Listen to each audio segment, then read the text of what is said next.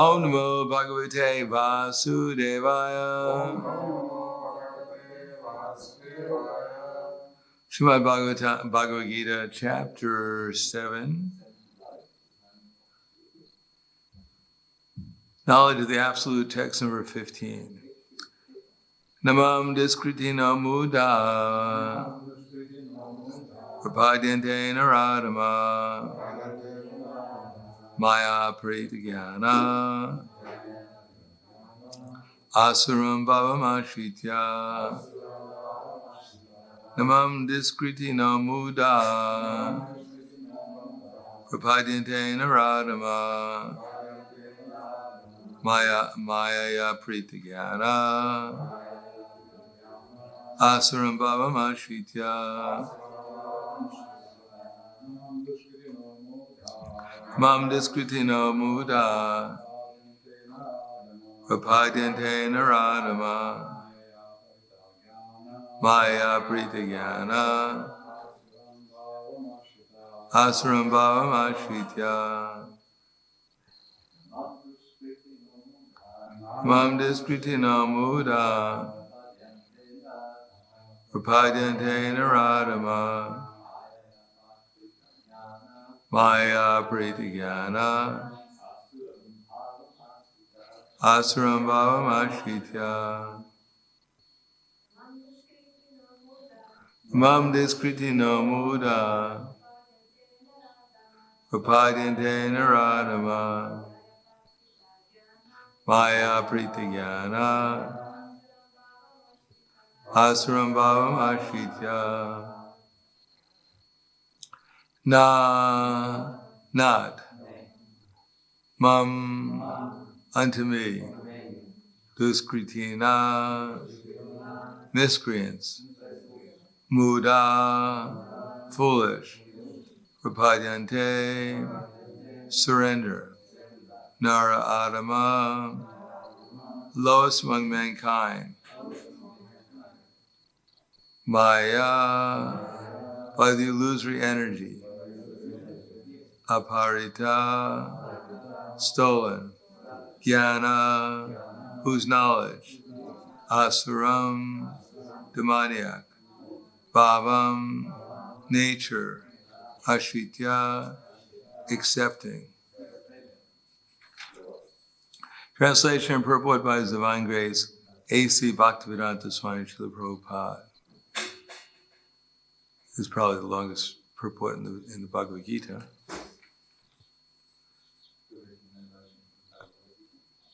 Those miscreants who are grossly foolish, who are lowest among mankind, whose knowledge is stolen by illusion, and partake of the atheistic nature of demons, do not surrender unto me. Purport. It is said in the Bhagavad Gita that simply by surrendering oneself unto the lotus feet of the Supreme Personality of Godhead, one can surmount the stringent laws of material nature. At this point, a question arises. How is it that educated philosophers, scientists, businessmen, administrators, and all the leaders of ordinary men do not surrender to the lotus feet of Sri Krishna, the all-powerful personality of Godhead? Mukti, or liberation from the laws of material nature, is sought by the leaders of mankind in different ways and with great plans and perseverance for many years and births. But if that liberation is possible by simply surrendering unto the lotus feet of the Supreme Personality of Godhead, then why don't these intelligent, hard-working leaders adopt this simple method? You have to be a little quieter. The Gita answers this question very frankly. Those really learned leaders of society like Brahma, Shiva, Kapila, the Kumaras, Manu, Vyas, Devala, Asita, Janaka, Prahlad, Bali, and later on Madhvacharya, Ramanujacharya, Sri Chaitanya Mahaprabhu, and others who are faithful philosophers, politicians, educators, scientists, etc., surrender to the lotus feet of the Supreme Person, the all-powerful authority. Those who are not actually philosophers, scientists, educators, administrators, etc., but who pose themselves as such for material gain, do not accept the plan or path of the Supreme Lord. They have no idea of God. They simply manufacture their own worldly plans and consequently complicate the problems of material existence in their vain attempts to solve them. Because material energy, nature is so powerful, it can resist the unauthorized plans of the atheists and baffle the knowledge of planning commissions. The atheistic plan makers is described herein by the words diskritina, or miscreants. Kriti means one who has performed meritorious work. The atheistic plan maker is sometimes very intelligent and meritorious also, because any gigantic plan, good or bad, must take intelligence to execute. Because the atheistic brain is improperly utilized in opposing the plan of the Supreme Lord, the atheistic plan maker is called diskriti, which indicates that his intelligence and efforts are misdirected. In the Gita, it is clearly mentioned that material energy works fully under the direction of the Supreme Lord. It has no independent authority. It works as the shadow moves, in accordance with the movement of the object. But still, material energy is very powerful, and the atheist, due to his godless temperament, cannot know how it works, nor can he know the plan of the Supreme Lord. Under illusion and the modes of passion and ignorance, all his plans are baffled, as in the case of Hiranyakashipu and Ravana, whose plans were smashed to dust, although they are both materially learned as scientists, philosophers, administrators, and educators. These diskritinas, or miscreants, are of four different patterns, as outlined below. One, the mudas are those who are grossly foolish, like hard-working beasts of burden. They want to enjoy the fruits of their labor by themselves, and so do not want to part with them for the Supreme. The typical example of the beast of burden is the ass. This humble beast is made to work very hard by his master. The ass does not really know for whom he works so hard day and night. He remains satisfied by filling his stomach with a blade of grass, bundle of grass, sleeping for a while under the fear of being beaten by his master, and satisfying his sex appetite at the risk of being repeatedly kicked by the opposite party. The ass sings poetry and philosophy sometimes, but his braying sound only disturbs others. This is the position of the foolish fruitive worker who does not know for whom he should work. He does not know that karma action is meant for yajna, sacrifice. Most often, those who work very hard day and night to clear the burden of self-created duties say that they have no time to hear of the immortality of the living being. So such mudas, material gains which are destructible, are life's all in all, despite the fact that the mudas enjoy only a very small fraction of the fruit of labor. Sometimes they spend sleepless nights, days and nights for fruit of gain, and although they may have ulcers or indigestion, they are satisfied with practically no food. They are simply absorbed and working hard day and night for the benefit of illusory masters. Ignorant of their real master, the foolish workers waste their valuable time serving mammon. Unfortunately, they never surrender to the Supreme Master of all masters, nor do they take the time to hear of him from the proper sources. The swine who eat the night soil do not care to accept sweetmeats made of sugar and ghee. Similarly, the foolish worker will entirely continue to hear of the sense-enjoyable tidings of the flickering, mundane world.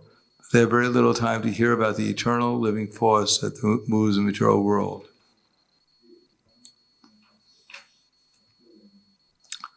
Namo Vishnu Padaya Krishna Prasthaya Bhutaya Srimate Bhaktivedanta Swami Namane Namaste Saraswatam Deve Kauravani Pacharane Nirvishesha Srinivadi Paskajade Satarne.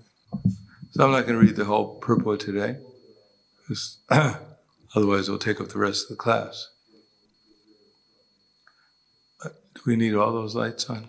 Especially this light which shines right in my eyes.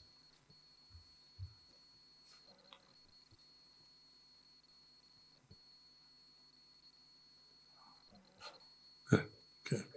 Yeah. So in Bhagavad Gita, Krishna says that there are 4 kinds of pious people, namely the afflicted, the artha-artis, the artas, those who desire material wealth, the jignasus, those who are inquisitive, and those who are jnanis, who are searching for knowledge of the Absolute Truth, or in knowledge of the Absolute Truth. So Srila Bhaktivinoda Thakur said that this corresponds to the 4 divisions in the Varnashram system of the Shudras, Vaishyas, Kshatriyas, and the Brahmanas. So outside of these 4 divisions, we have the Mudas. Well, not exactly outside. In other words, if one does not become a Shudra, but is in the mode of ignorance, then he's a Muda, as explained here. That everyone has or conditioned by the 3 modes of material nature, and depending upon whether we're trying to advance ourselves or whether we're not, whether we're engaged in devotional activities or activities to elevate our consciousness, or we're engaged in simply gross and subtle sense gratification, everyone, the human beings, are one of these categories. Those who aren't Shudras, Shudra means always crying. So if we're always crying, lamenting, thinking life is bad and it's getting worse, that's called Shudra. If one is trying to become a devotee, one is a Shudra. Otherwise, the Mudas are those who are in the mode of ignorance but are not devotionally inclined. Eating, sleeping, mating, defending is their master. And those who are inspiring them to eat more, sleep more, have more sex, and defend themselves more, or encouraging them to make more money so they can enjoy their senses more, they're called Naradamas. Instead of assisting the Mudas to come to the platform of becoming at least Shudras, they encourage them to become animals in their next lifetime. So when a Muda becomes a Shudra by good association and starts serving the higher classes of people, because nowadays people don't believe there are any such thing as a higher class. They think everyone's the same class. They become insulted, or in America, they riot. Even they have the idea someone might be better than them. They become very envious and become angry, because that's the symptom of being in the mode of ignorance. They don't understand the equality of the soul. They simply look for equality in the external energy, which is impossible. There is equality amongst the lowest possible denominator. If you become a virus, then all your fellow viruses are all more or less on the same level. But that kind of equality is not what we're really looking for. Our real equality is on the spiritual platform. Everyone has an equal opportunity to wake up. That's all we have to do, is wake up to who we are. And then these designations in the material world don't have the same significance they have when there is no spiritual objective. If all there is material objectives, then eating, sleeping, mating, defending are all that people know, and there's a competition for those things. Although we know that those who are in the mode of goodness enjoy more than those in the ignorance and passion, but those who are in ignorance and passion don't understand that, and therefore they're called mudhas. They're working hard, trying to fulfill, as Prabhupada writes here, self-created duties. We create a whole bunch of duties for ourselves, and then we work hard to fulfill them, like in modern society. They think that they need all this electricity. They need all these cars, they need all these computers, they need so many things. And therefore they're working hard to get them. But they've done a survey and they found out that the amount of energy it takes to, say, fly from here to Moscow by an airplane, the amount of energy and expense, that if you walk there, it would be about equal. No, in other words, you wouldn't have to work so hard, you wouldn't be expending so much energy in digging into the earth to get the oil, building the airplane, whatever else.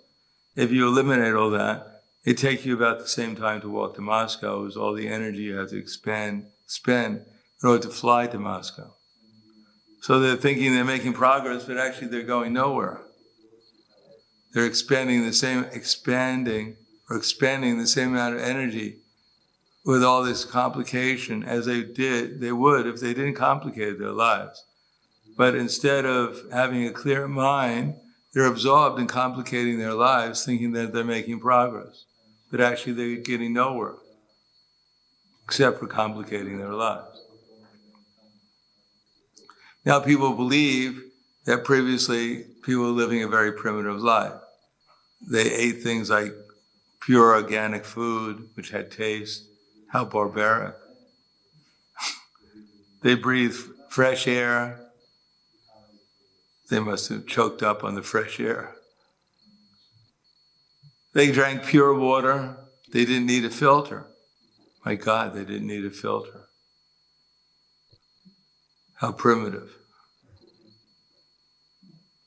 They actually did work with their arms and legs, so they didn't have to go to the gym and do exercise.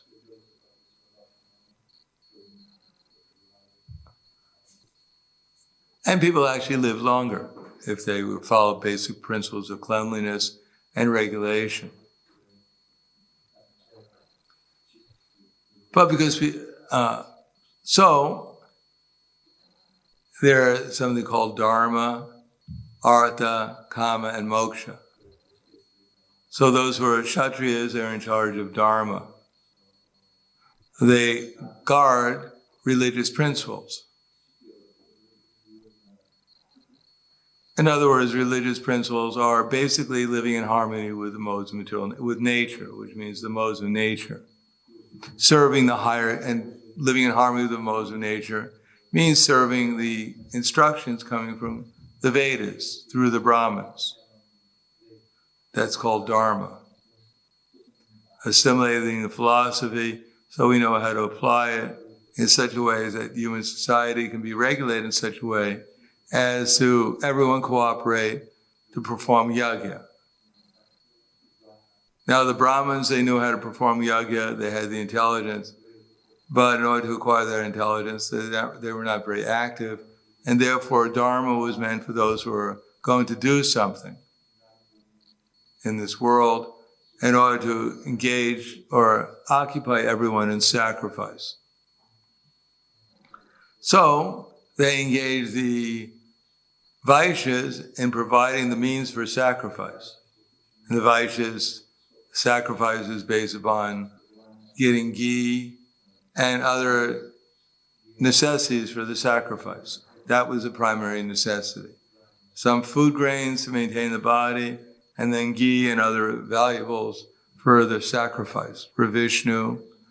And then the Shudras, they'd assist the Vaishyas and others in making all these arrangements by having the strength, the physical strength to make the arrangements. And the Brahmins would give directions and learn how to chant the mantras, because it was the mantras that actually created the results of the sacrifice. If one could perfectly chant the mantras, then by that vibration, the demigods would reciprocate, Krishna would provide all the necessities through the demigods. Actually, everything depends upon prayer. Everyone is praying all the time. At every moment we're praying. People don't know that they're praying. They think prayer is something special. But our very desires are prayers. And Krishna senses our desire, just like one can understand the flavor of a flower by smelling it. So Krishna senses our desires. He knows what we deserve according to our past deeds, and then he arranges the material nature accordingly. So if one can chant mantras internally and externally, because to chant them perfectly requires discipline, then Krishna would fulfill those desires through the demigods, because that's how the material nature works. Of course, and because the desires were ultimately directed towards satisfying Vishnu, certainly Krishna fulfilled them, Yagya Vishnu. And everyone else had faith in the Brahmins that this was the purpose of life, is to satisfy Vishnu. If whatever you wanted in the material world, it all depended upon Vishnu. Now people believe that they're actually going to get something without satisfying Vishnu. So they're living in a world of imagination. Indeed, they're getting things, they're creating desires to go to hell. But people don't understand that because of all the false propaganda, they're being covered by ignorance. Instead of educating people when they're younger, people are simply brainwashed to becoming absorbed in the bodily concept of life with the understanding that the whole aim of life is just to get pieces of paper called money and then try to buy something with it to gratify your senses. And there's no such thing as liberation. Liberation means the weekend. When the weekend comes, you're liberated. Or 2 weeks, you get liberated for 2 weeks. When you go on vacation, then you fall back into work again. You fall from Brahman back to work. So people don't know what Dharma is. They don't know what liberation is. They don't even know what sense gratification or economic development is. So therefore they're called Mudas. But if a Muda becomes pious, it gets good association, and then they become a Shudra. And if they assist the higher castes, then they come back in the next lifetime and get the opportunity to become a Vaishya.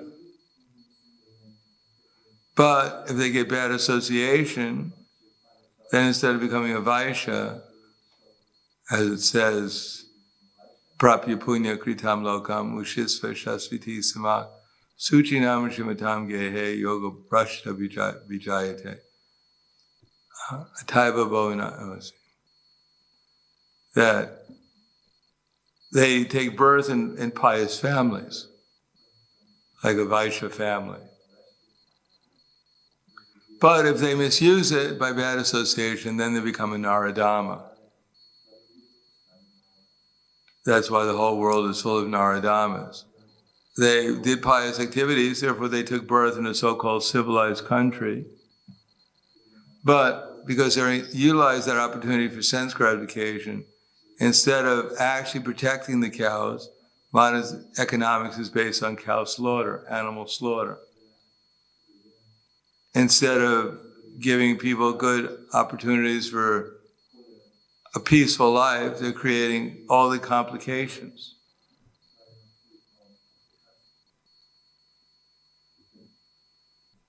Beginning with this mass agriculture based on genetically modified seeds, all these insecticides, pesticides, peoplecides, so many sides, so many killers, all in the name of progress.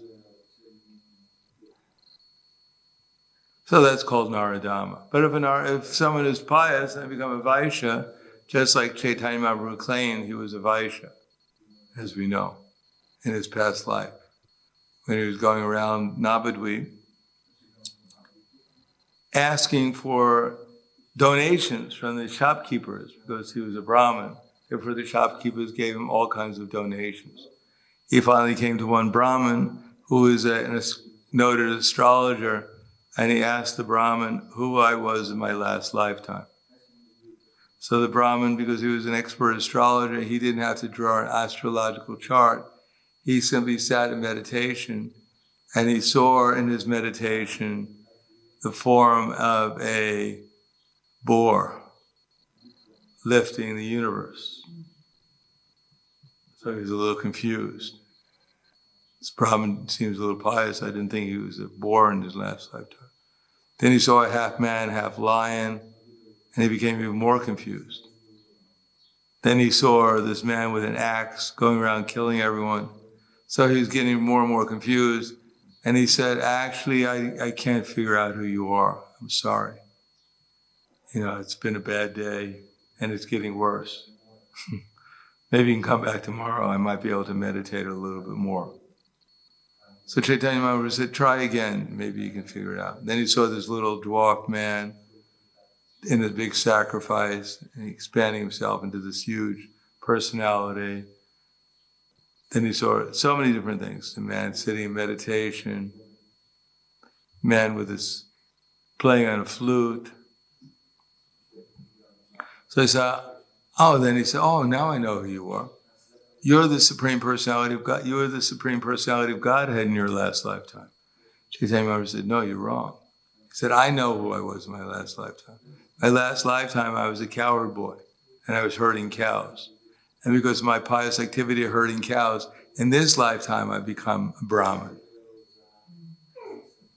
So one is pious, is a Vaishya, gives in charity and dhammas, trijagnas, because there's a correlation between the varna and the ashrams.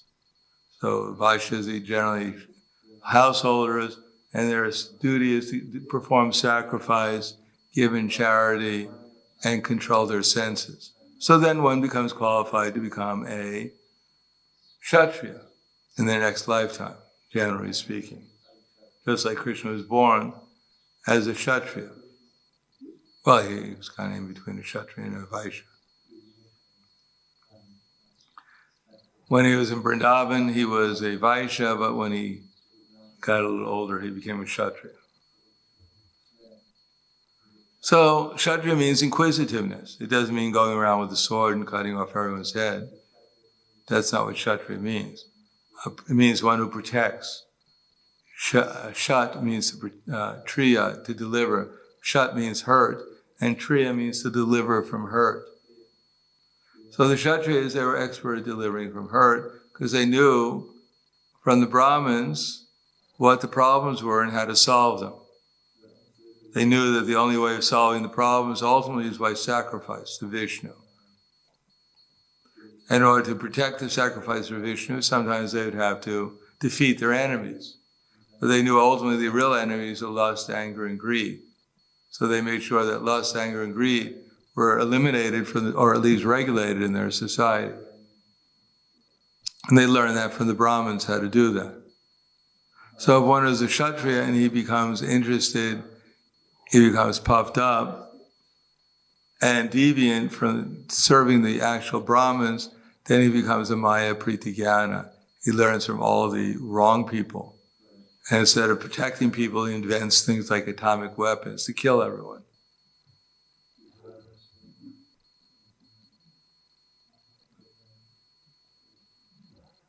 Instead, the government, instead of actually providing protection for people, it actually creates all kinds of miseries for the people in the form of, mandatory vaccines or pandemics or whatever else they don't know how to handle properly, or weapons and wars, and all kinds of things. A whole fiat money is an example of the rulers exploiting people through the economy, so-called economy. But if one is actually a real Kshatriya and tries to protect people, then in his next lifetime he becomes a Brahmin. But if he gets bad association, like for instance, we have the son of Krishna, Bhaumasura. He was Krishna's son by the earth. When Krishna lifted in the form of Varaha the earth, he impregnated the earth, Bhumandala, the whole disc. And the earth gave birth to Bhaumasura. So Bhaumasura was actually Krishna's son, but by bad association with Narakasura, he was actually called Narakasura. Also, by bad association, he became a demon. Actually, he also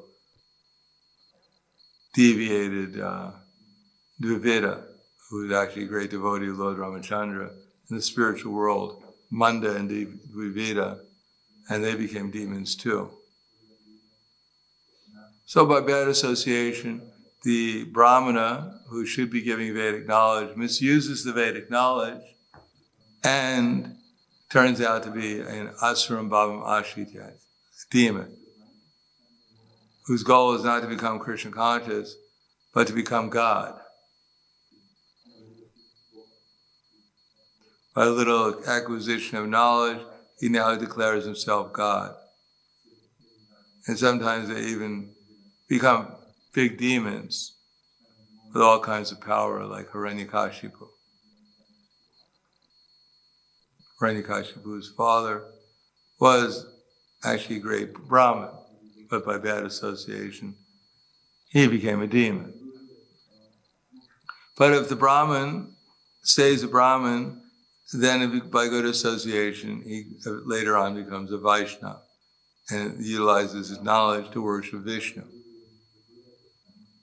So either we go up, or even we can go very high up, like even become a real Brahmin, but then we, by bad association, by misuse of our free will, we can become a very relatively powerful person in the material world, but misuse it and fall back down to the lowest status of life again. So that's the nature of the material world. Maya is always trying to allure the practitioner by various allurements.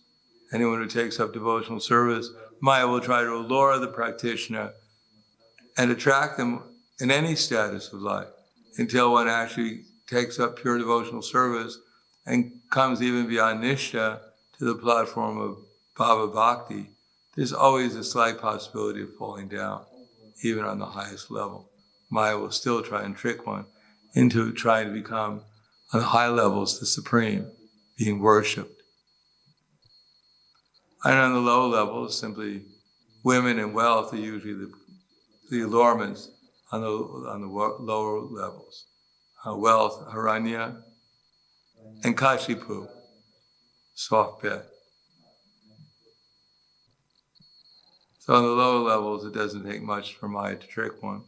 And on the higher levels, Maya has to work a little harder, but she's been quite good at it since time immemorial. A little bit of false prestige in Maya's camp goes a long way. Oh, you're so great, Prabhu. We worship you. Yes, you're right. I'm worshipful.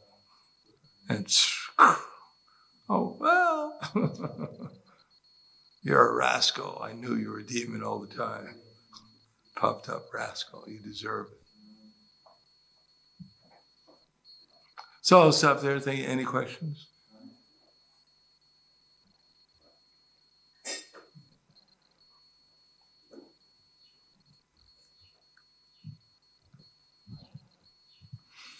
Hare Krishna.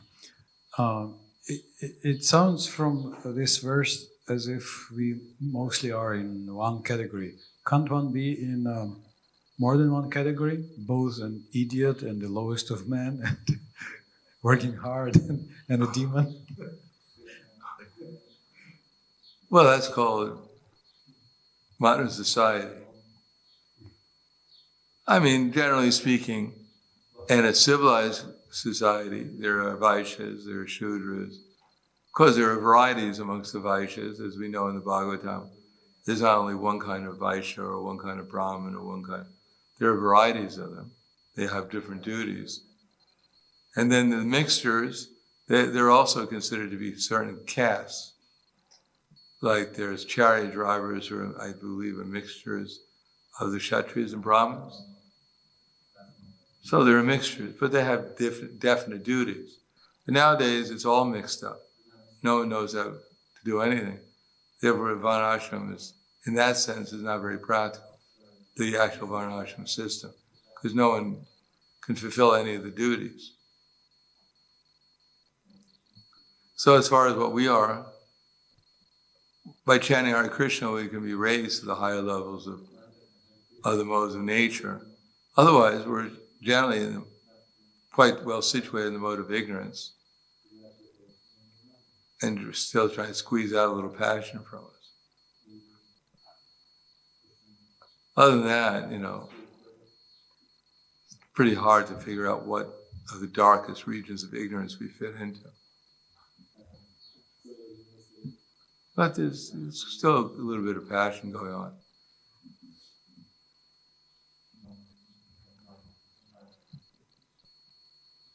Anything else? Thank you very much. Grantaraj Bhagavad Gita Ki Jai, Srila Prabhupada Ki Jai, Gaur Premanande.